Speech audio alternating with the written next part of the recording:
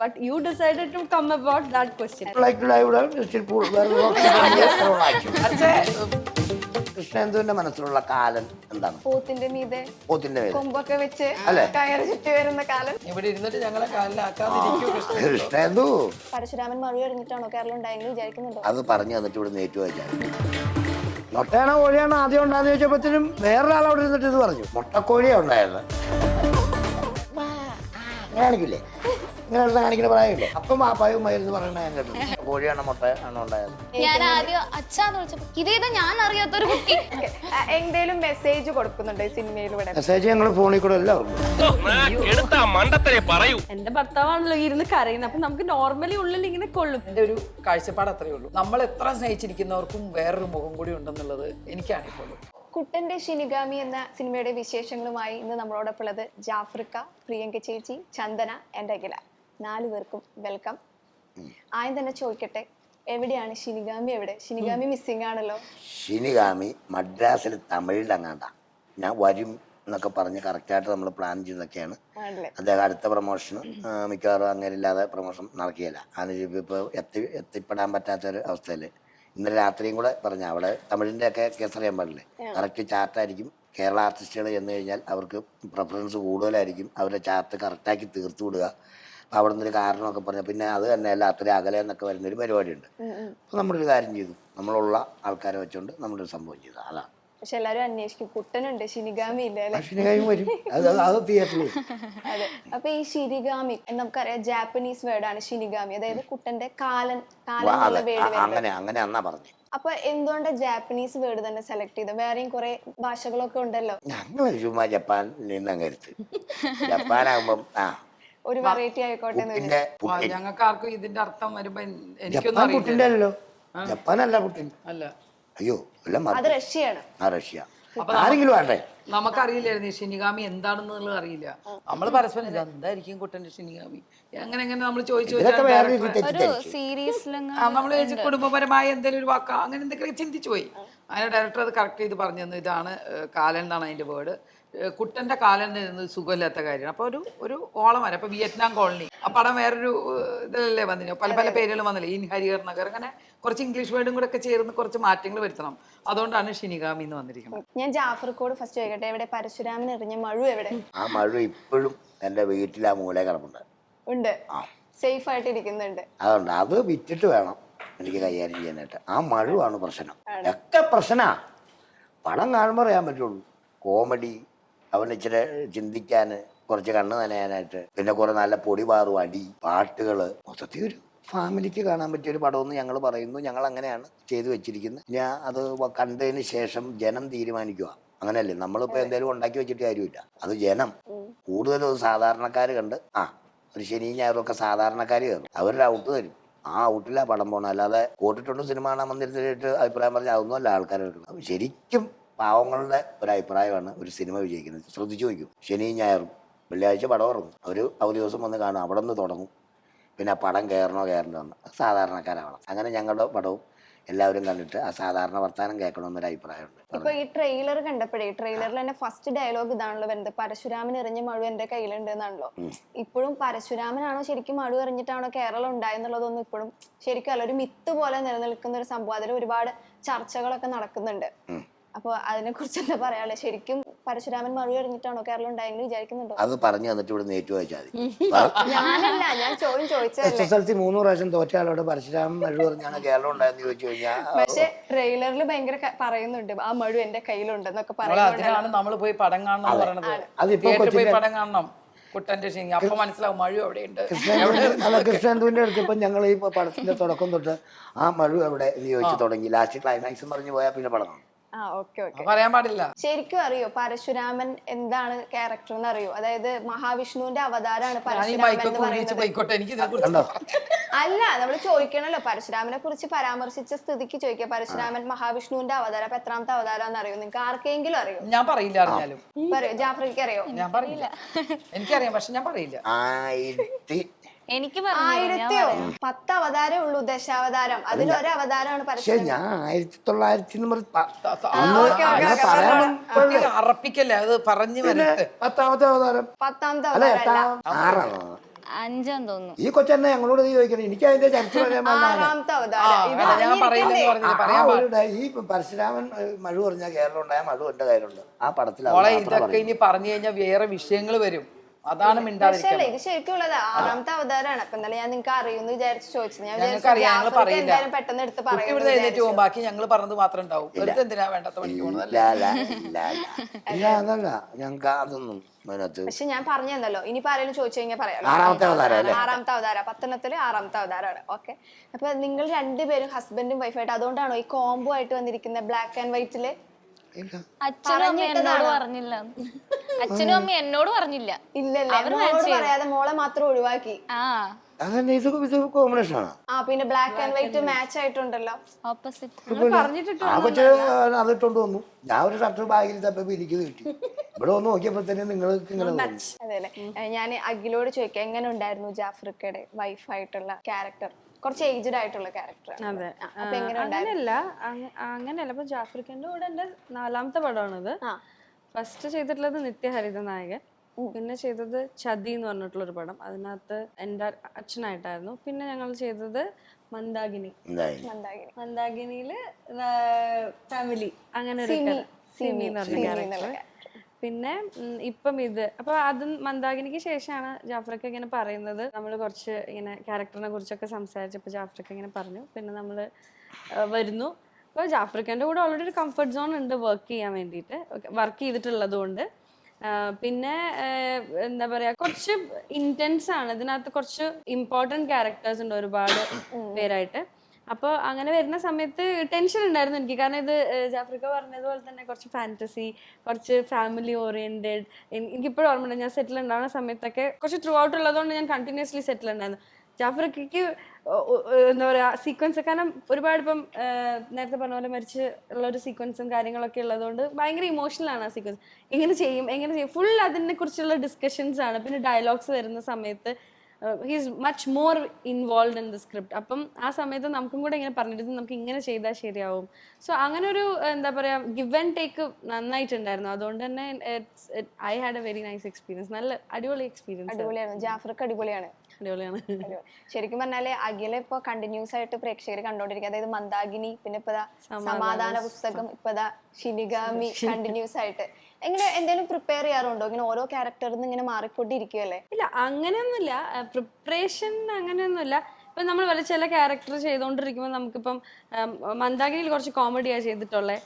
സമാധാന പുസ്തകം കോമഡി. പക്ഷെ ഇതിനു മുന്നേ ഇലവീഴ പൂഞ്ചിറ ചെയ്ത സമയത്ത് കുറച്ച് സീരിയസ് ആയിരുന്നു, മരിച്ചടക്കുന്നതും കുറെ അങ്ങനത്തെ കുറച്ച് സാധനങ്ങളൊക്കെ ആയിരുന്നു. ഇപ്പൊ ചെയ്തുകൊണ്ടിരിക്കുന്ന ഷാഹിയുടെ അടുത്ത പടത്തിൽ പോലീസ് ഓഫീസറായിട്ടാണ്. അപ്പൊ എനിക്ക് വന്നിട്ടുള്ള എല്ലാം ഡിഫറെന്റ് ക്യാരക്ടേഴ്സ് ആണ്. പിന്നെ എനിക്ക് ഡയറക്ടേഴ്സിന്റെ സൈഡിൽ നിന്ന് ഇൻപുട്ട് ഉണ്ടാവുമല്ലോ, അവർ നമുക്ക് പറഞ്ഞു തരും. പിന്നെ ഞാൻ വർക്ക് ചെയ്തിട്ടുള്ളത് ജാഫ്രിക്കനെ പോലെയൊക്കെയുള്ള ഇത്രയും എക്സ്പീരിയൻസ്ഡ് ആയിട്ടുള്ള ആൾക്കാരുടെ കൂടെ വർക്ക് ചെയ്യും. ഞാനൊക്കെ ശരിക്കും അതിശയിച്ചിട്ടുണ്ട്. ജാഫ്രിക്കൊക്കെ അവരുടെ എക്സ്പീരിയൻസ് പറയുന്ന സമയത്ത് ആസ് എൻ ആർട്ടിസ്റ്റ് ഞാൻ ഭയങ്കര പ്രിവിലേജ്ഡ് ആണ്. അപ്പം ഇവരൊക്കെ പറഞ്ഞു തരുമ്പോൾ അതിനനുസരിച്ച് ചെയ്യാൻ പറ്റാറുണ്ട്. അതുകൊണ്ട് ഗോയിങ് ഗുഡ്. ഇപ്പൊ പ്രിയങ്ക ചേച്ചിയിലേക്ക് വരുമ്പോഴേ ഇപ്പോഴും എനിക്കൊരു കോമഡി ക്യാരക്ടർ പോലെ ഫീൽ ചെയ്യാം. ഇപ്പൊ ഷിനിഗാമിയിലേക്ക് വരുമ്പോ എങ്ങനത്തെ ക്യാരക്ടറാ? ഈ കോമഡി ക്യാരക്ടർ ഫീൽ ചെയ്യേണ്ട കാര്യമില്ല. കാരണം ഇപ്പൊ തന്നെ ജാഫ്രിക്ക എത്രയോ കോമഡി ചെയ്തിട്ടുണ്ട്, ജാഫ്രിക്ക എത്രയോ നല്ല ക്യാരക്ടർ ചെയ്തിട്ടുണ്ട്. അച്ഛൻ്റെ ക്യാരക്ടർ പടത്തിൽ ചെയ്തിട്ടുണ്ട്, എന്ത് നന്നായിട്ട് ചെയ്തിട്ടുണ്ട്. സലീമേട്ടൻ, ഇന്ദ്രൻ സേട്ടനാണ് ശരിക്കും പറഞ്ഞാൽ കുട്ടൻ്റെ ഷിനിഗാമി എന്ന് പറഞ്ഞാൽ ഈ പടത്തിൽ ഇന്ദ്രൻ സേട്ടനും ജാഫ്രിക്കയാണ് മെയിൻ ആയിട്ടുള്ളത്.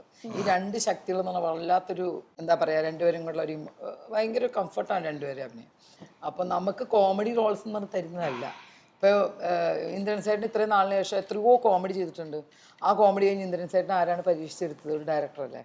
അപ്പോൾ നല്ല ക്യാരക്ടേഴ്സ് നമ്മളെ കൊണ്ട് ചെയ്യിക്കാൻ സാധിക്കുന്ന ഒരു ഡയറക്ടർ വന്നാൽ കോമഡിയൊക്കെ മാറി നിൽക്കും. നമുക്ക് എല്ലാ ക്യാരക്ടറും ചെയ്യാൻ പറ്റും. നിങ്ങളുടെ കണ്ണിൽ നമ്മൾ അങ്ങനെ കാണുന്നതുകൊണ്ടായിരിക്കും അത്. പക്ഷേ ഇതിനകത്ത് കോമഡി അങ്ങനെയൊന്നുമല്ല. ഇതിൻ്റെ അഷ്റഫ്, ഇപ്പം ജാഫ്രിക്ക, അഷ്റഫ്, ഇവരെല്ലാവരും കൂടി ഇരുന്ന് സംസാരിച്ചപ്പോൾ എനിക്ക് ഈ ഒരു ക്യാരക്ടർ കിട്ടുന്നത് തന്നെ ചന്ദ്രിക എന്ന് പറഞ്ഞാൽ, അത് നമ്മുടെ പ്രൊഡ്യൂസറുടെ അഷ്റഫിൻ്റെ വൈഫായിട്ടാണ് ഞാൻ. അത് കോമഡി ക്യാരക്ടർ ഒന്നുമല്ല, ഇവരുടെ കൂടെ നിൽക്കുന്ന ആ നാട്ടിൻപുറത്തെ ഒരു സ്ത്രീ, അങ്ങനത്തെ ഒരു ക്യാരക്ടറാണ്. പക്ഷേ ഈ ഒരു പടത്തിന് ഒരു പ്രത്യേകതയുണ്ട്. കാരണം ഇങ്ങനെ ഈ രണ്ടുപേരും, അതാണ് ഇതിൻ്റെ ഏറ്റവും വലിയ പ്രത്യേകത ഞാൻ കണ്ടത്. ഇന്ദ്രൻ സേട്ടനും ജാഫ്രിക്കയും തന്നെ, ഇവർ രണ്ടുപേരുടെയും കൂടിയുള്ള ആ ഒരു പടത്തിൻ്റെ ഒരു കഥ, ആ ഒരു തനി നാട്ടുപ്രദേശത്ത് നടക്കുന്ന കുറച്ച് കാര്യങ്ങൾ. ഈ ജാഫ്രിക്ക ഓരോ സീൻ കഴിഞ്ഞ് വന്നിട്ട് മാറി നിന്നിട്ട് അതിൽ നിന്ന് മാറാൻ ഞാൻ ശ്രദ്ധിച്ചിരുന്നു. മാറി നിന്നിട്ട് അദ്ദേഹം പ്രയാസപ്പെടുകയാണ് ഒരു സീൻ കഴിഞ്ഞ് വന്ന് നിൽക്കുമ്പോൾ. അപ്പം ഞാനത് വാച്ച് ചെയ്തായിരുന്നു. അപ്പം അത്രയും ഇൻവോൾവ് ആയിട്ടാണ് ജാഫർക്ക് ആ ക്യാരക്ടർ ചെയ്തിട്ടുള്ളത്. അപ്പോൾ ഒരു കോമഡി ചെയ്യുന്ന ഒരു ആർട്ടിസ്റ്റ് അല്ല ഞാൻ അപ്പോൾ കാണുന്നത്. കണ്ണ് നിറഞ്ഞ ആ ടൈമിൽ നിന്ന് അതിലേക്ക് പഴയ ജാഫർക്കാർക്ക് മാറാൻ ജാഫർക്ക് ഒത്തിരി അവിടെ നിന്ന് ടെൻഷൻ അടിക്കുന്നത് ഞാൻ കണ്ടിട്ടുണ്ട്. ഞാൻ അവിടെ ഷൂട്ടിങ് നടക്കുമ്പോൾ. അപ്പോൾ ഈ പടം എന്ന് പറയുമ്പോൾ നമ്മൾ ഇപ്പോഴത്തെ സാധാരണ പടത്തിനേക്കാളും കുറച്ച് മാറി നിൽക്കുന്നൊരു വേറിട്ട് നിൽക്കുന്നൊരു പടം. ഈ പടം തിയേറ്ററിലെത്തുമ്പോൾ എന്തായാലും തിയേറ്ററിൽ തന്നെ പോയിരുന്ന് കാണണം, എന്നാലേ നമുക്ക് അതിൻ്റെ ഒരു ഇത് മനസ്സിലാവുള്ളൂ. ചുമ്മാ നമ്മൾ വീടിനകത്തിരുന്ന് കാണേണ്ട ഒരു പടമൊന്നുമല്ല, ഫാമിലി ആയിട്ട്. ഇപ്പം നമുക്ക് കുറേ പടങ്ങളൊന്നും ഫാമിലി ആയിട്ട് എൻ്റെ മോനൊക്കെ ഉണ്ടെങ്കിൽ നമുക്ക് മോനെ അതേ കപ്പലിൽ കൂടി താഴെ വീണൊന്ന് എടുക്കട്ടോ എന്ന് പറയേണ്ട അവസ്ഥയൊക്കെ വന്നിട്ടുണ്ട് എനിക്ക്. കാരണം എനിക്കറിയാം അടുത്ത സീൻ വരുന്ന ഇതാണെന്ന്. അയ്യോ മോനെ അമ്മയുടെ അതേ വാച്ച് താഴെ പോയി എന്താ വെച്ചാൽ വേറെ ഒന്നുകൊണ്ടല്ല, നമ്മൾ കുട്ടികൾ കൂടി ഇരിക്കുന്ന നമുക്ക് ചില സീനുകൾ നമുക്കൊരു ബുദ്ധിമുട്ടുണ്ടാവും. നമ്മൾ വലിയ ന്യൂ ജനറേഷൻ ആൾക്കാരൊന്നുമില്ല, നമ്മളൊക്കെ സാധാരണ ഞാനൊക്കെ ജീവിക്കുന്നത് അങ്ങനെയാണ്. അപ്പം അങ്ങനെയൊന്നും ഇല്ലാത്തൊരു പടം കാണുക എന്ന് പറഞ്ഞാൽ ഫാമിലിയായിട്ട് പോയിരിക്കുന്ന നല്ലൊരു ഫാമിലിക്ക് ഭയങ്കര സാറ്റിസ്ഫാക്ഷനാണ് ആ പടം. ആ ഒരു പടം കുട്ടൻ്റെ ഷിനിഗാമി ആയിരിക്കും എന്നെനിക്ക് പൂർണ്ണമായിട്ടും പറയാൻ പറ്റും. എങ്ങനെയാണ് പ്രിയങ്ക ചേച്ചി ജാഫ്രിക്കയ്ക്ക് ഓൾറെഡി 100 മാർക്ക് തന്നു കേട്ടോ. അത് ഓൾറെഡി കൊടുത്തിട്ടുണ്ട്. ഇവിടെ നിന്ന് 100 മാർക്ക് കിട്ടി, ഇവിടെ 250 കിട്ടി. ഞാൻ അങ്ങനെ മോളിൽ 10,000 പോയിന്റ് വേണ്ടി ആ വീട്ടിൽ പോകും. അല്ല ഇപ്പൊ ഞാൻ കണ്ടെടുത്തോളം ഇപ്പൊ ജാഫ്രിക്ക എന്ന് വെച്ചാൽ ഏത് ക്യാരക്ടർ ചെയ്യുമ്പോഴും ഭയങ്കര ഫ്ലെക്സിബിളാ. അപ്പൊ എങ്ങനെ ഈ കുട്ടന്റെ ഷിനിഗാമിയിലേക്ക് വരുമ്പോൾ ഈ കുട്ടൻ എന്നുള്ള ക്യാരക്ടറിന് വേണ്ടിയിട്ട് പ്രത്യേകിച്ച് എന്തെങ്കിലും പ്രിപ്പറേഷൻ അങ്ങനെ എന്തെങ്കിലും ചെയ്തിരുന്നു?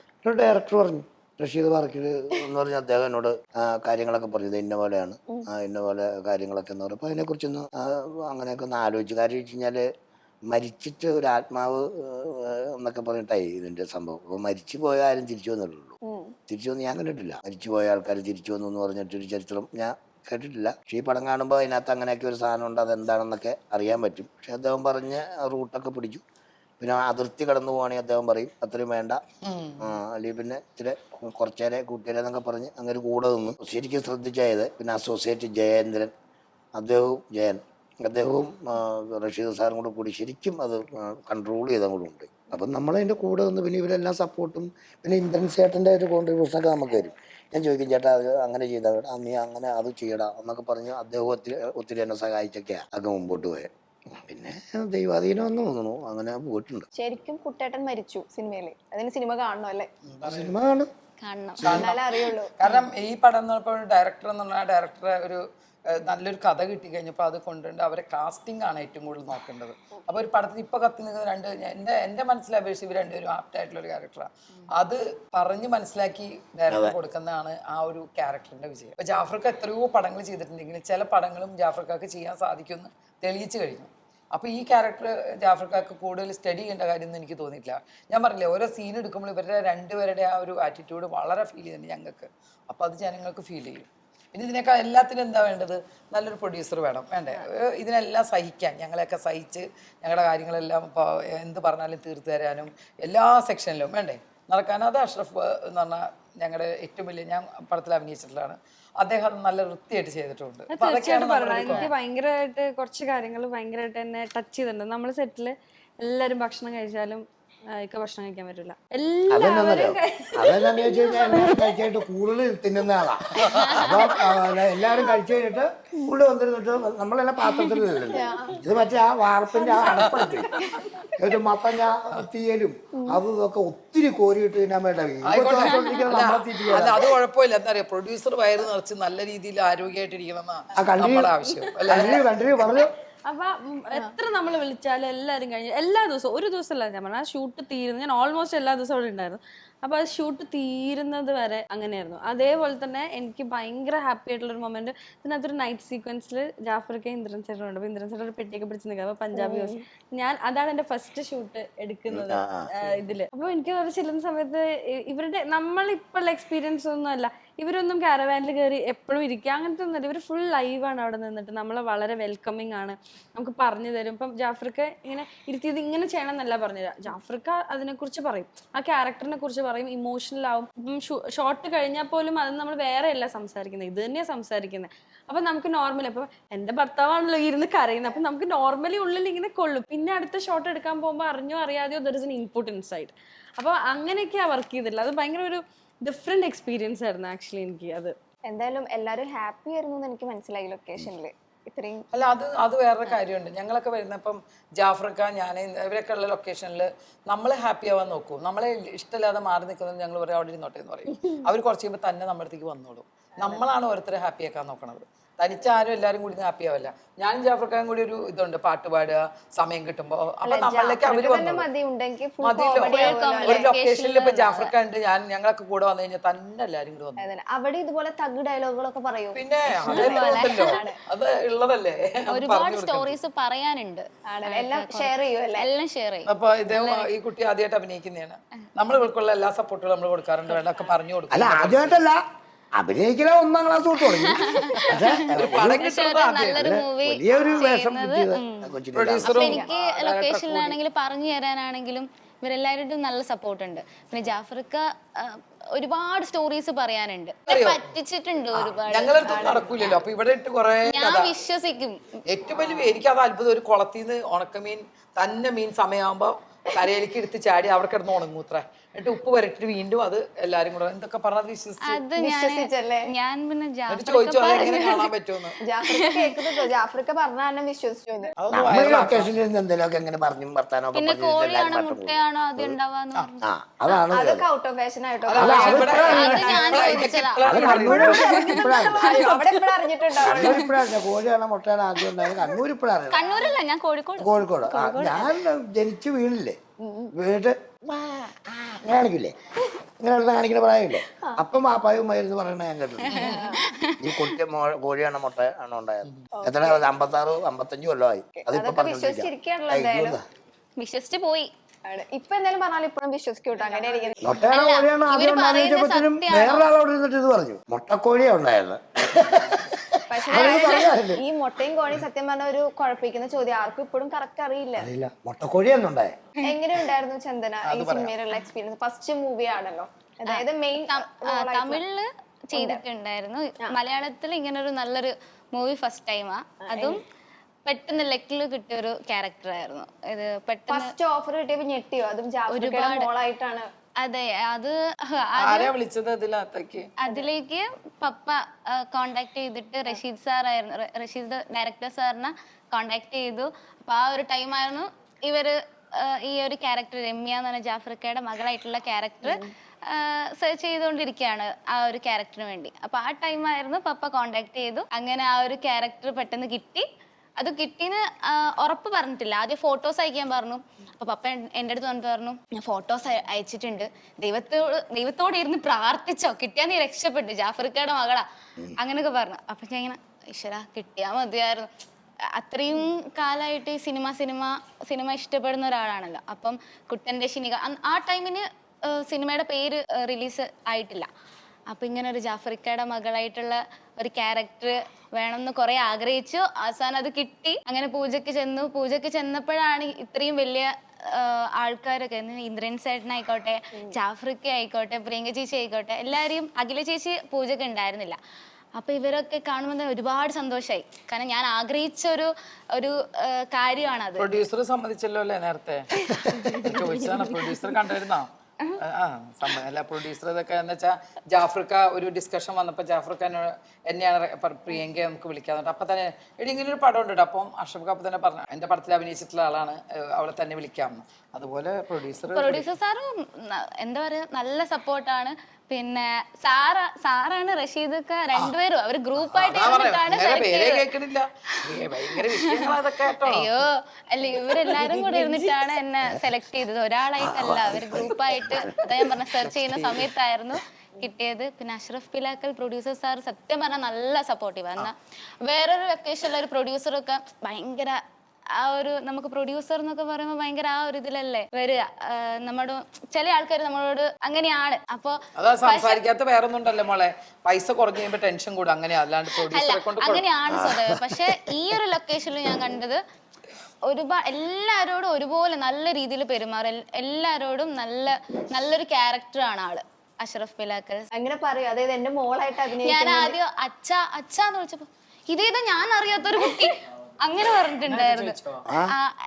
ഞാന് അച്ഛനാണല്ലോ അവിടെ ലൊക്കേഷനിലെ അച്ഛനാണല്ലോ.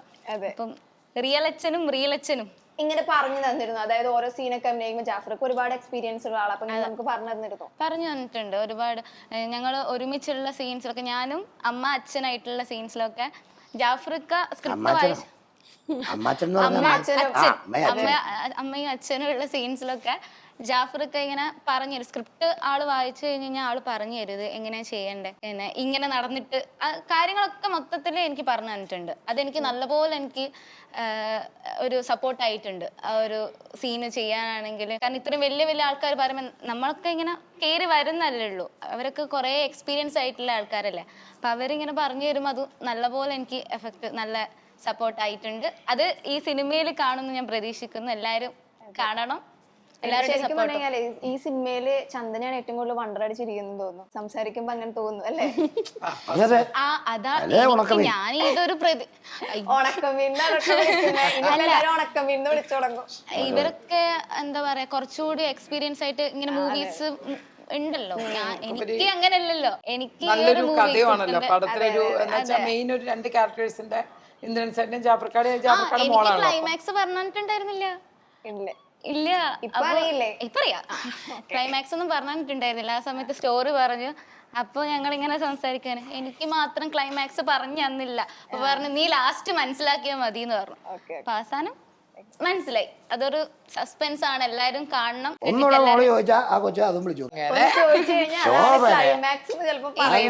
ശോഭനയാണ് നാഗവല്ലി എന്ന് പറഞ്ഞു.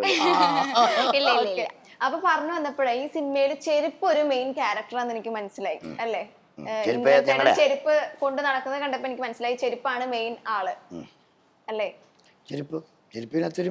ചെരുപ്പിന്റെ കാര്യം എന്താന്ന്, ആ ചെരുപ്പ് എന്താന്ന് അറിയണമെങ്കിൽ സിനിമ അതിനെ കുറിച്ച് നമുക്ക് ഒന്നും പറയില്ല. സീക്രട്ട് ആണ്. സീക്രട്ട് അല്ല, അത് മനസ്സിലായി മെയിൻ ക്യാരക്ടർ. ഞങ്ങൾ ഈ പടത്തിന് ആദ്യം ചെരുപ്പ് എന്ന് പേരിടാൻ പോയതാ.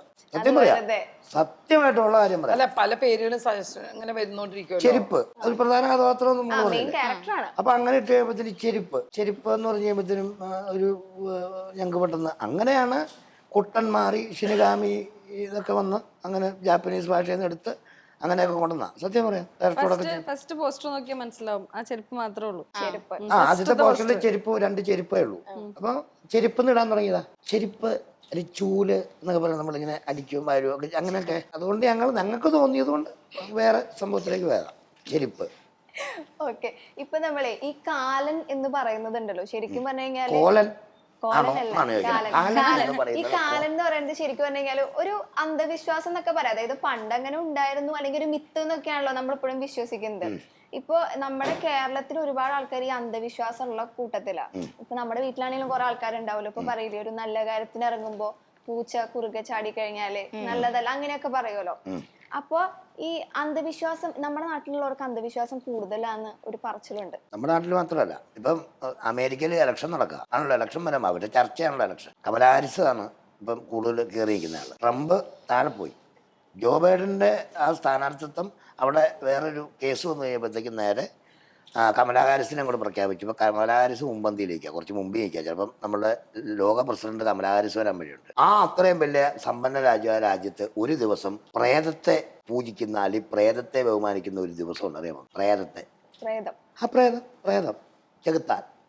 നമ്മൾ ഹോട്ടലിൽ കയറി കഴിഞ്ഞാൽ ആ മേശയിൽ ഒരു ചെകുത്താൻ്റെ ഒരു സാധനം കാണും. ആ ഒരു ട്രാക്കുളൊക്കെ ഇല്ലേ, അതിൽ പല മോഡലിലുള്ള മോഡ് ഇങ്ങനെ ഉണ്ടാക്കി വയ്ക്കും. അതൊരു ദിവസമാണ് അവിടുത്തെ വലിയ ആഘോഷമാണ്. അതുപോലെ തന്നെ ഈ പറയപ്പെട്ട ആൾക്കാരൊക്കെ അവിടെ ഇങ്ങനെ ഈ കൂടോത്രം അന്ധവിശ്വാസമൊക്കെ അങ്ങനെയുള്ള വലിയ രാജ്യത്ത് നടക്കുന്നുണ്ട്. അന്നേരം നമ്മുടെ കേരളത്തിൽ ചില അന്ധവിശ്വാസം ഉണ്ടെന്ന് പറയുന്നത് ഒന്നുമില്ല പറയാൻ. നമ്മൾ സാധാരണ ആൾക്കാരല്ലേ, നമ്മളിപ്പോൾ ഒരു വൈദ്യുതനോ ഒന്ന് പണ്ടത്തെ കാലത്ത് നിന്ന് ഒരു വൈദ്യുതിയുടെ അടുത്ത് പോകുമ്പോൾ ചിലപ്പം എന്തെങ്കിലും അറിവുള്ള ഇച്ചിരി പഠിപ്പുള്ള ഏത് മതത്തിലെ ആളാണെങ്കിലും പഠിപ്പുള്ള ആളാണെങ്കിൽ, അതായത് ഒരു വൈദികൻ്റെ അടുത്തോ ഒരു മുസ്ലിയാരുടെ അടുത്തോ ഒരു സ്വാമിയുടെ അടുത്ത് പോയി ഇപ്പോഴും ചെന്നിട്ട് വെള്ളമൊക്കെ അവർ കൊടുക്കുന്ന വെള്ളമോ അല്ലെങ്കിൽ അവലോ മലരോ അല്ലെങ്കിൽ എന്തെങ്കിലും സാധനം വെച്ച് ഇപ്പോഴും നടക്കുന്നുണ്ട്. അതൊരു ആശ്വാസമാണ്. പിന്നെ അന്ധമായിട്ടുള്ള ഇപ്പം പത്തനംതിട്ടയിലൊക്കെ കാണുന്ന പോലെ മനുഷ്യരെ വെട്ടി കീർത്തുന്ന അതൊക്കെ അത് അന്ധവിശ്വാസം. നിങ്ങൾ പറയുന്ന ഈ കാലം ചോദിച്ചില്ലേ അന്ധവിശ്വാസം, ഇന്ന് ആ കാലിനല്ല, അതൊക്കെ പണ്ട് പറഞ്ഞുകൊണ്ടിരുന്നത്. ഇപ്പൊ മനുഷ്യന്റെ കാലിനാണ്. എപ്പോ നോക്കിയാലും വെട്ടും. എന്തിനാ കാലം പറഞ്ഞത്? കാലന്മാരും ഈ സിനിമ ഇറങ്ങുന്ന സമയത്ത് ഇങ്ങനെ ഒരു കാലൻ ഉള്ളത് കൊണ്ട് തന്നെ ആൾക്കാർ ചോദിക്കുമല്ലോ. ഇപ്പൊ ഇന്നത്തെ കാലത്ത് ഇപ്പൊ ഈ കാലനെ കുറിച്ച് പറഞ്ഞു കഴിഞ്ഞാൽ ആൾക്കാർ കേൾക്കുമെന്ന് ചോദിക്കുമല്ലോ. അപ്പൊ അതുകൊണ്ട് അങ്ങനെ ഒരു ക്വസ്റ്റ്യൻ ചോദിച്ചത്. അങ്ങനെ question പടങ്ങളിലെ ക്വസ്റ്റ്യങ്ങൾ ചോദിച്ചിട്ട് ഒരു കാര്യമില്ല. സിനിമയായിട്ട് തന്നെ കാണുക. ജീവിതത്തിലേക്ക് പകർത്തിട്ട് വെട്ടും കുത്തും നടക്കണം നമ്മുടെ കാലന്മാര് പുറത്തുണ്ട്. അപ്പൊ അതൊന്നും എടുക്കാതെ സിനിമയായിട്ട് തന്നെ കണ്ടാൽ മതി. കുട്ടന്റെ ഷിനിഗാമിയിൽ അങ്ങനെ കാണേണ്ട കാര്യമുള്ളൂ. ഇതിനകത്ത് കാലുണ്ട്, ഇനി കാലം വരും. അല്ല കൃഷ്ണേന്ദു അല്ലേ? അതെ. കൃഷ്ണേന്ദുവിനൊരു കാര്യം ചോട്ടെ, കൃഷ്ണേന്ദുവിന്റെ മനസ്സിലുള്ള കാലൻ എന്താണ്? പോത്തിന്റെ മീതെ കൊമ്പൊക്കെ വെച്ച് കയറി ചുറ്റി വരുന്ന കാലൻ. അപ്പൊ ഇതിനകത്ത് കോട്ട് സൂട്ടുമല്ലോ ഇട്ടേക്കണേ. അതെ അല്ലേ? പക്ഷെ അതില് ട്രെയിലറിൽ ഒരു ഇത് കാണിക്കുന്നുണ്ടല്ലോ. അല്ല എന്തു ആയിക്കോട്ടെ, മിക്കവാറും കോട്ട് സൂട്ടും അല്ലേ? അല്ല, കോട്ട് സൂട്ടുമാണ് ഈ കാലിനിട്ടിരിക്കുന്നത്. അപ്പൊ അതെന്താണെന്ന് സിനിമ കാണണം. കാലൻ എന്നാണല്ലോ മെൻഷൻ ചെയ്യുന്നത്. അത് നിങ്ങളുടെ ടിപ്പിക്കൽ തോട്ട്. അതായത് കാലൻ ഇങ്ങനെ വേണം, നമ്മൾ അതിനെ മാറ്റി പിടിച്ചു. പക്ഷെ ഇപ്പോഴും അതിനകത്ത് ഫുള്ള് ഒരു സീക്വൻസേ ഉള്ളൂ ആ കോസ്റ്റ്യൂമില്, ബാക്കി ഫുള്ള് നമ്മൾ ചെയ്തിട്ടുള്ളതാ. But you decided to come about that question. എന്തുകൊണ്ട് കാണിച്ചു എന്നുള്ളത്. I would like to dive down, still pull where the rock is thrown actually. That's a meaning of the കാലൻ. You know that? പക്ഷെ ഒരു കാര്യമുണ്ട്, എനിക്ക് തോന്നുന്നു ഇപ്പൊ 100-ലെ ഒരു 99% ആൾക്കാരോട് ചോദിച്ചാലും ഈ കാലൻ എന്ന് പറഞ്ഞു കഴിഞ്ഞാൽ ഈ പോത്തിന്റെ മുകളിലിരുന്ന് വരുന്ന ആ ഒരു രൂപമാണ്. പക്ഷെ അതൊന്ന് മാറ്റിപ്പിടിച്ചു. ആ മാറ്റിപ്പിടിച്ച കാര്യം സിനിമ കാണുമ്പോൾ ഈ കാലം പറയുന്നുണ്ട്. ഈ കോട്ടും സൂട്ടും എന്താണ് കാലിനിട്ടിരിക്കുന്നത്, അത് സിനിമ കാണണം. ഇവിടെ ഇരുന്നിട്ട് ഞങ്ങളെ കാലിലാക്കാതിരിക്കും കൃഷ്ണേന്ദു എന്തേലും മെസ്സേജ് കൊടുക്കുന്നുണ്ടോ ഈ സിനിമയിലൂടെ? മെസ്സേജ് ഞങ്ങൾ ഫോണിൽ കൂടെ എല്ലാവർക്കും. ആ മെസ്സേജ് അല്ല, ശരിക്കും ഈ കുട്ടന്റെ ഷിനിഗാമിയിലൂടെ, അതായത് ഇതൊരു ഓൾറെഡി പറഞ്ഞു ഹ്യൂമർ ഉണ്ട്, ഫാന്റസി, അത് കറക്റ്റ് ആയിട്ട് പറയാൻ പറ്റിയത് ജാഫ്രിക്കാണ്. പക്ഷെ ഞാൻ ആ പടം ഒരു ചെറുതായിട്ട് വാച്ച് ചെയ്തപ്പോൾ മനസ്സിലാക്കിയത്, നമ്മുടെ ജീവിതത്തിൽ നടക്കുന്ന ഓരോ വ്യക്തികളും, നമ്മുടെ കൂട്ടുകാരന്മാരായാലും നമ്മുടെ ഭാര്യ, നമ്മുടെ കുട്ടി, ആരായാലും ഒരു സ്വഭാവം കൂടെ വേറെ ഉണ്ട് എന്ന് കുറച്ച് കാണിക്കുന്ന കുറേ സീൻസ് അതിലുണ്ട്. അത് നമ്മുടെ മനസ്സിൽ ഒരിക്കലും മാറാന്ന് വെച്ചാൽ അത്ര സ്നേഹിച്ചിപ്പോ ഇവളിപ്പോ ഇങ്ങനെ ഇരിക്കണ്ടാവും, പക്ഷെ ഞാൻ ചിലപ്പോ അങ്ങനെ ഇവള് പറയണ വാക്ക് വേറെ ഇരിക്കും. അവക്കടെ ഇരിപ്പ് കണ്ടോന്ന്. ഇത് ജീവിതത്തിൽ യാഥാർത്ഥ്യമായ കുറെ കാര്യങ്ങൾ അതിനകത്ത് കാണിക്കുന്നത്. അത് ഈ പടം കാണണം നിങ്ങൾ. ആ പടത്തിനകത്ത് ഇവർ ചെയ്തിരിക്കുന്ന ആ ക്യാരക്ടർ അത്രത്തോളം എനിക്ക് ഒരുപാട് മനസ്സിലായി. എൻ്റെ ഒരു കാഴ്ചപ്പാട് അത്രയേ ഉള്ളൂ. നമ്മൾ എത്ര സ്നേഹിച്ചിരിക്കുന്നവർക്കും വേറൊരു മുഖം കൂടി ഉണ്ടെന്നുള്ളത് എനിക്കാണിപ്പോൾ. അതാണ് ഈ പടം എന്നാണ് എൻ്റെ അറിവ്. ഞങ്ങളുടെ പ്രൊഡ്യൂസർ എന്ന് പറഞ്ഞു കഴിഞ്ഞാൽ ഇപ്പം 5ാമത്തെ പടം ചെയ്യുന്നത്, 5ാമത്തെ പടം ഇത്. ഇത്രയും പടം ചെയ്തതിൽ എനിക്ക് ഒരു പടം അങ്ങോട്ട് മിസ്സുമായിട്ടുണ്ട്. ഈ പടം എല്ലാം ചെയ്യുന്നത് അദ്ദേഹത്തിന് ഒതുങ്ങുന്ന ഒരു പടമായിരിക്കും. റഷീദ് പാറക്കൽ എന്ന് പറയുന്ന ഈ ഡയറക്ടറുടെ ഈ കഥ കുറച്ചുകൂടെ കാശ് വലിയൊരു പ്രൊജക്റ്റാക്കി മാറ്റി വേറെ കഥാപാത്രങ്ങളെ വലിയ നടന്മാരാക്കി ഇട്ട് ചെയ്ത് കഴിഞ്ഞാൽ ഒരു ലെവല് മാറുന്ന പടം. അങ്ങനെ അതിൻ്റെ കഥയും കാര്യങ്ങളൊക്കെ വലിയ ലെവലിൽ ചെയ്താൽ വലിയ ലെവലായി പോകുന്നേ. നമ്മൾ കുറച്ച് പേരെ ഇൻറ്റൻസായിട്ട് ഞാൻ ഈ പിള്ളേരും ഒക്കെ ആയിട്ട് ഇങ്ങനെ കുറച്ച് പേര് ഇങ്ങനെ ചെയ്യുന്ന ഒരു പടമാണ്. വലിയ ഒരു റേഞ്ചിലേക്കൊന്നും അപ്പൊ പ്രൊഡ്യൂസർക്ക് നല്ല ബുദ്ധിയുണ്ട്. നമ്മളെ കിട്ടി ഈ പടം വിജയിച്ച് തകർത്തായിട്ട് ഓടുന്നു. അല്ല ഞാൻ പറയുക, ഇത് ശരിക്കും പറഞ്ഞു കഴിഞ്ഞാൽ കോൺസെപ്റ്റ് ഇംഗ്ലീഷ് അപ്പൊ ആ സംഭവം നല്ലതാണ്, ഭയങ്കരമാണ്. അത് ഞാൻ പറഞ്ഞെന്ന് പറഞ്ഞാൽ കുറച്ചുകൂടെ ദിവസങ്ങൾ കൂട്ടി 10-60 ദിവസമൊക്കെ ഷൂട്ടല്ലേ. ഇപ്പോൾ ഒരു സിനിമ 10-100 ദിവസമൊക്കെയാണ്. നമ്മളാണ്ട് 20-22 ദിവസം കൊണ്ടൊക്കെ തീർത്തു. അങ്ങനെ അത്രയേ ഉള്ളൂ. അത് അങ്ങനെ ഒരു വൻ പ്രൊജക്റ്റ് ആക്കി മാറ്റിയാൽ ഇത് ഒരു ലെവല് മാറുന്ന ഒരു സിനിമയാവുന്നതാണ്. ഞങ്ങള് പറയുവാന്നേ, ഞങ്ങളുടെ ലെവല് വലിയ ലെവലാ. പക്ഷെ ഞങ്ങള് ജനം എടുക്കണ്ടേ, അത് പറഞ്ഞ ജനം എടുക്കണ്ടേ, ജനം എടുക്കാൻ പടം നന്നായിട്ട് വിജയിക്കുക. പ്രൊഡ്യൂസർക്ക് ഇനി പടം ചെയ്യാനുള്ള ഒരു ബുദ്ധിമുട്ടില്ലാത്ത രീതിയിൽ മുന്നോട്ട് പോകണം. പിന്നെ ഇതിനകത്ത് വേറെ രാജേഷ് എന്ന് പറഞ്ഞ ഒരാളുണ്ട്, നമ്മുടെയൊക്കെ വിളിക്കാനും പറയാനും ഓടാനും നമുക്ക് എന്ത് പറയാൻ ചെയ്തത്. രാജേഷ് എന്ന് പറഞ്ഞൊരു പ്രമുഖൻ ഇതിനകത്തുണ്ട്. അദ്ദേഹത്തിന്റെ പേര് പറയാതിരിക്കാൻ വയ്യ. എന്താണേലും വേണ്ടില്ല, ഡബിങ്ങിനാണെങ്കിലും നമ്മുടെ എല്ലാ എന്ത് കാര്യങ്ങളും, വണ്ടി യാത്രാ സൗകര്യമാണെങ്കിലും നമുക്ക് അത് രജീഷ് എന്ന പേര്.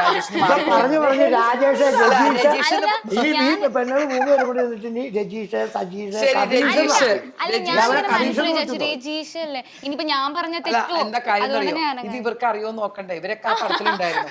ഞാൻ രാജേഷ് എന്ന് പറഞ്ഞത് മാറ്റി പറയുന്നത് ഇവരുടെ കടമയല്ലേ. മാറ്റി പറഞ്ഞല്ലോ രജീഷ്. കാരണം നമ്മുടെ പടങ്ങളിലും ഒരു പ്രൊഡ്യൂസർക്കാണെങ്കിലും ഡയറക്ടർക്കാണെങ്കിലും ഏറ്റവും കൂടുതൽ പിന്തുണ കൊടുക്കുന്ന ഈ പറയുന്ന രജീഷെ പോലുള്ള ആൾക്കാരാണ്. അതൊരു ആർട്ടിസ്റ്റ് എന്നാണ് എനിക്കും കൂടി ഞങ്ങൾക്കൊക്കെ വളരെ സേഫായിരുന്നു. എനിക്ക് പനി വന്നിരുന്നു എന്നെ ഹോസ്പിറ്റലിൽ കൊണ്ട് എന്ത് കാര്യങ്ങളാണെങ്കിലും പ്രൊഡക്ഷൻ ടീമിനാണ്. രജീഷ് ആവണമെന്നില്ല, എല്ലാവരും ഉണ്ട്. സിറാജും വന്നില്ല. സിറാജ് വന്നു, സിറാജ് വന്നിട്ടുണ്ട്, അഷ്റഫ് അപ്പൊ തന്നെ വന്നു. അങ്ങനെ എല്ലാവരും, ഞാൻ പറഞ്ഞത് ഈ പടത്തിൽ മൊത്തം നമുക്കൊരു ഫാമിലിയിൽ നമുക്ക് എന്തൊക്കെ വേണം അതെല്ലാം അവരുടെ കയ്യില്. പക്ഷെ എനിക്കൊരു തലവേദന വന്നു, എന്നെ ആരും ആശുപത്രി കൊണ്ടില്ല. എന്റെ കൂടെ ആരും വന്നില്ല. പ്രിയങ്ക, ആരൊക്കെ, രജീഷ്, സൽമാൻ അതൊക്കെ ഒരുപാട് പേര് ശരി. അച്ഛനും ഞാനും അമ്മയും പോരെ? പോരെ അതെ, കുട്ടി നിഷ്കളങ്കമായി ചോദിക്കുന്നു അച്ഛനും ഞാൻ അമ്മയ്ക്കും ഞാൻ ആ പോരെ. രണ്ടുപേരില്ലേ എന്താ ഓക്കെ. അതിന് കുട്ടി വിചാരിക്കുന്ന അച്ഛൻ ഫുള്ള് തഗ് ഡയലോഗ് അപ്പൊ കുട്ടിക്ക് സംസാരിക്കാൻ സമയം കിട്ടുന്നില്ല എന്നൊക്കെ. അങ്ങനെ. അല്ല അച്ഛൻ ഫുള്ള് തഗ് ഡയലോഗ് അങ്ങനെ കുട്ടിക്ക് ഈ സംസാരിക്കാൻ പടത്തിനകത്ത് വേറെ കാര്യം പാലക്കാട് ലൊക്കേഷൻ ലൊക്കേഷൻ കിട്ടില്ല ലൊക്കേഷൻ ഒറ്റപ്പാലം. പാലക്കാട് ഒറ്റപ്പാലം റേഞ്ച് അല്ലേ ഫുൾ ഡേ അവിടെ തന്നെ അവിടെ പിന്നെ കുറച്ചുകൂടെ എറണാകുളത്തിട്ട്. എറണാകുളത്തായിരുന്നു. പിന്നെ ഈ നമ്മളെ ഈ ഫിലിം എന്ന് പറയുമ്പോഴത്തേക്ക് ഇത് പറഞ്ഞില്ല, ആദ്യം തന്നെ പറഞ്ഞു നമ്മളിപ്പോൾ ഒരു വലിയ പടമെന്നൊന്നും ഞങ്ങൾ പറയല. കാരണം വെച്ച് കഴിഞ്ഞാൽ ഞങ്ങളൊരു ഒതുങ്ങി ചെയ്തിരിക്കുന്ന പടമാണ് ഇത്. ഞങ്ങൾ അഭ്യർത്ഥിക്കുന്നതെന്ന് പറഞ്ഞാൽ നമുക്കെല്ലാവർക്കും ഓരോ സ്വപ്നങ്ങളും കാര്യങ്ങളും പൈസയും കാര്യങ്ങളൊക്കെ വേണ്ട എല്ലാവർക്കും. നിങ്ങളിപ്പോൾ ഞങ്ങളുടെ മുമ്പിൽ വന്നിരിക്കണം, നമുക്ക് അരി മേടിക്കാനുള്ള പരിപാടി, അത് ചുമ്മാ എൻജോയ് ചെയ്യാൻ വന്നേക്കണമല്ല, നിങ്ങളും ജോലി ചെയ്യാൻ വന്നിരുന്നു. നമുക്കെല്ലാവർക്കും ഒരു തൊഴിൽ ചെയ്യണം, അത് വിജയത്തിലെത്തണം. എന്നിട്ട് അതിനകത്ത് നിന്ന് കിട്ടുന്നത് കൊണ്ട് അരി മേടിക്കുക. നമ്മൾ അരി മേടിക്കുന്ന കൂടുതൽ ആർക്കെങ്കിലും ഒരു 10 പൈസയ്ക്ക് എന്തെങ്കിലും ചെയ്യാൻ പറ്റുക, അങ്ങനെയൊക്കെ ചെയ്യാൻ പറ്റും. അങ്ങനെയൊക്കെയാണ് പോക്ക് നമ്മുടെ. അപ്പോൾ ഇത് ജനത്തിനോട് പറയാനുള്ളതെന്ന് പറഞ്ഞാൽ ഞങ്ങളൊരു ചെറിയ പടമായിട്ട് ഒരു കുട്ടൻ്റെ ക്ഷണികാമി എന്നാണ് പടത്തിൻ്റെ പേര്. അത് എല്ലാവരും ഒന്ന് കാണണം എന്നുള്ളൊരു അഭ്യർത്ഥനയാണ്. പിന്നെ 5ാമത്തെ പടമാണ് നമ്മുടെ പ്രൊഡ്യൂസർ അഷ്റഫ് ബ്ലാക്കിൻ്റെ. അപ്പോൾ അദ്ദേഹം ഡിസംബർ ടു ജനുവരിയിലെ ഇടയ്ക്ക് ഒരു പുതിയ പടം തുടങ്ങാൻ പോവുക. ഇത് ഇറങ്ങണ ആ സമയം തന്നെ തുടങ്ങുവാണ്. അത് എന്നോട് പറഞ്ഞു ആ പേരങ്ങ് ഡിക്ലെയർ ചെയ്തേക്കാൻ പറഞ്ഞു. അപ്പോൾ നിങ്ങൾക്ക് പറഞ്ഞേക്കാം. തുടങ്ങാൻ പോകുന്ന പടത്തിൻ്റെ പേര് അമോസ് അലക്സാണ്ടർ എന്നാണ്. ആ പടത്തിന് അമോസ് അലക്സാണ്ടർ ഒരാളുടെ പേര്. ഇനി എന്തെങ്കിലും മീനിങ് ഉണ്ടോ? അല്ല, അമോസ് അലക്സാണ്ടർ ചിലപ്പോൾ പേരായിരിക്കും. പേരായിരിക്കും. ഒരാളുടെ പേരിന്റെ കൂടെ അമോസ് എന്നായിരിക്കും അയാളുടെ പേര്, അലക്സാണ്ടർ അപ്പന്റെ പേരായിരിക്കും. എല്ലാ പേരും ഇങ്ങനത്തെ ഡിഫറെന്റ് ആയിട്ടുള്ളതാണല്ലോ. മോളെ പേരിടാനില്ല, എന്താ ഇടുക? ഇല്ല. ഞാന് നീ അവിടെ പോയി ഇവിടെ പോയി ഇതേ വന്ന് ഇനി ഇതേ പോയി അങ്ങനെയൊക്കെ ഇതൊക്കെ ട്രെൻഡ് ഇട്ട് വരാം. കഴിഞ്ഞു. ഞാൻ നീ എന്നൊക്കെ പറഞ്ഞ അല്ല സിനിമ അതൊക്കെ ഒരുപാട് വന്നു. ഇനി പേരുകളൊന്നും ഇല്ല, ഇങ്ങനെയൊക്കെ പേര് നല്ല പേരുകൾ വേറെ ഇടേണ്ടി വരും. ഇനി ഓക്കെ. ആ, എന്നൊക്കെ അതൊക്കെ വരും. ഇടേണ്ടി വരും. ഊർക്കം എന്നൊക്കെ ഓൾറെഡി വന്നല്ലോ. ഗർവ് വന്നില്ലേ? ചാക്കോച്ചന്റെ ഫിലിം വന്നു കഴിഞ്ഞു. പറഞ്ഞ പേരുകളൊക്കെ ഇനി പുതിയതായിട്ട് വന്നുകൊണ്ടേയിരിക്കും. ഞാൻ ഒരു കാര്യം കൂടി ചോദിച്ചു, ഇതിലിപ്പോ ഹ്യൂമർ, ഫാന്റസി, ഇൻവെസ്റ്റിഗേഷൻ വരുന്നുണ്ട്. അപ്പൊ ഈ 3 രീതിയിലും ഓഡിയൻസ് സാറ്റിസ്ഫൈഡ് ആവും? 3 കാര്യമല്ലെന്നേ, അതിനകത്ത് 5-8 പോർഷനാണ്. അതെ, പക്ഷേ ഈ കോമഡി ഒരു tagline-ലാണ് എല്ലാം എടുക്കാവുന്ന ജനം എടുക്കും. പറഞ്ഞു ഒരുപാട് ഇൻട്രസ്റ്റിംഗ് ഫാക്ടേഴ്സ് ഉള്ളൊരു പടമാണ്. ഒരുപാടുണ്ട്. അതിപ്പം ജാഫർക്ക് പറഞ്ഞ പോലെ ഫാമിലി ഓറിയൻറ്റഡ് ആണെങ്കിലും അവരുടെ ഇമോഷൻസ് ആണെങ്കിലും ചെറിയൊരു ഫാൻറ്റസി ലൈനിലൂടെ പോകുന്ന ഫാമിലി ഇമോഷൻസ്, അച്ഛൻ അമ്മ കുട്ടികൾ, അച്ഛൻ അമ്മയുടെ ഇഷ്ടങ്ങൾ, അവരുടെ ഫ്രണ്ട്സ് സർക്കിളിൽ ഉണ്ടാവുന്ന ഒരു കണക്ഷൻ. പാട്ട് കണ്ടോന്ന് അറിയില്ല, പാട്ട് റിലീസായ പാട്ട് കണ്ടാൽ തന്നെ മനസ്സിലാവും അവരുടെ ഇടയിലുള്ള ഒരു കണക്ഷൻ. ഇതെല്ലാം ഭംഗിയായിട്ട് കൊണ്ടുവന്നിട്ടുള്ളൊരു വളരെ ഇൻട്രസ്റ്റിംഗ് ആയിട്ടുള്ളൊരു പടമാണ്. മൊത്തത്തിൽ പറഞ്ഞു കഴിഞ്ഞാല് ഫാമിലി ഓഡിയൻസിന് പോയിട്ട് അടിപൊളിയായിട്ട് കാണാൻ അതേ പറ്റിയ പറഞ്ഞ മറ്റുള്ള പടങ്ങളൊരു പ്രത്യേകത എന്ന് പറഞ്ഞാൽ ഇതിനകത്ത് ഏറ്റവും ഇത് തന്നെ എല്ലാവർക്കും അനുഭവം ഉണ്ടാവും. നമ്മുടെ കൂടെ നിൽക്കുന്ന ആൾക്കാർ നമ്മളോട് എങ്ങനെയായിരിക്കും പിന്നീട്, ആ ഒരു ത്രെഡാണ് ഈ പടത്തിലുള്ളതെന്ന് എനിക്ക് ഉറപ്പായിട്ടും പറയാൻ കഴിയും. അത് ത്രെഡ് ഇതുവരെ വന്നിട്ടില്ല. അത് നേരിട്ട് കണ്ട് തന്നെ തിയേറ്ററിൽ പോയി കണ്ട് തന്നെ നിങ്ങളെ കുട്ടൻ്റെ ക്ഷണികാമി ഏത് ഏജ് കാറ്റഗറീസിലുള്ള ആൾക്കാർക്കും കാണാൻ പറ്റിയത്. ഒത്തിരി ആളുകളൊന്നും നടന്മാരൊന്നും ഇല്ലല്ലോ എന്നും പറഞ്ഞ് ഞങ്ങളുടെ പടം തള്ളരുതെന്ന് ഞാൻ പറഞ്ഞു. കാരണം വെച്ച് കഴിഞ്ഞാൽ ഞങ്ങൾ കുറേ പേരുണ്ട് ചെയ്തിട്ടുണ്ട്. ഞാൻ എനിക്കൊരു വിശ്വാസമുണ്ട്. അതുപോലെ മറ്റുള്ളവർ ചെയ്തിരിക്കുന്ന വെച്ചിട്ട് ഞങ്ങൾ പറയുകയാണ് ഒരു ചെറിയ ഒരു ഇല്ല ആ ഒരു കോൺഫിഡൻസ് ഞങ്ങൾക്കില്ല കേട്ടോ. കാരണം എനിക്കുണ്ട്. മികച്ച ആൾക്കാരാണ് ജാഫർക്കയും ഇന്ത്യൻ ചേർന്നും. ഈ രണ്ടുപേരും നെടുന്തൂണ് തന്നെയാണ് ഈ പടത്തിന്റെ. അതിൽ ഒരു മാറ്റവും ഇല്ല കാര്യത്തിൽ. അവരെ കണ്ട് പടത്തിന് ആള് കയറും ചെയ്യും. ജാഫർക്കാർക്ക് ടെൻഷൻ ഉണ്ടാവും, പക്ഷെ ഞങ്ങൾക്ക് ഉറപ്പാണ് ഈ പടം ഇവരുടെ കയ്യിൽ തന്നെ ഇരിക്കണത്. അപ്പൊ എന്തായാലും സിനിമ ഹിറ്റ് ആവട്ടെ, എല്ലാവരും പ്രേക്ഷകരെല്ലാവരും വന്ന് കാണട്ടെ. എല്ലാവരും തിയേറ്റർ വാച്ച് മസ്റ്റ് എക്സ്പീരിയൻസ് ആണല്ലേ? ഓക്കെ, എല്ലാവരും പ്രോത്സാഹനം മാത്രം മതി ഞങ്ങൾക്ക്. അപ്പൊ എല്ലാവരും സിനിമ തിയേറ്ററിൽ ചെന്ന് കാണാൻ thank you so much. Okay, welcome. Welcome.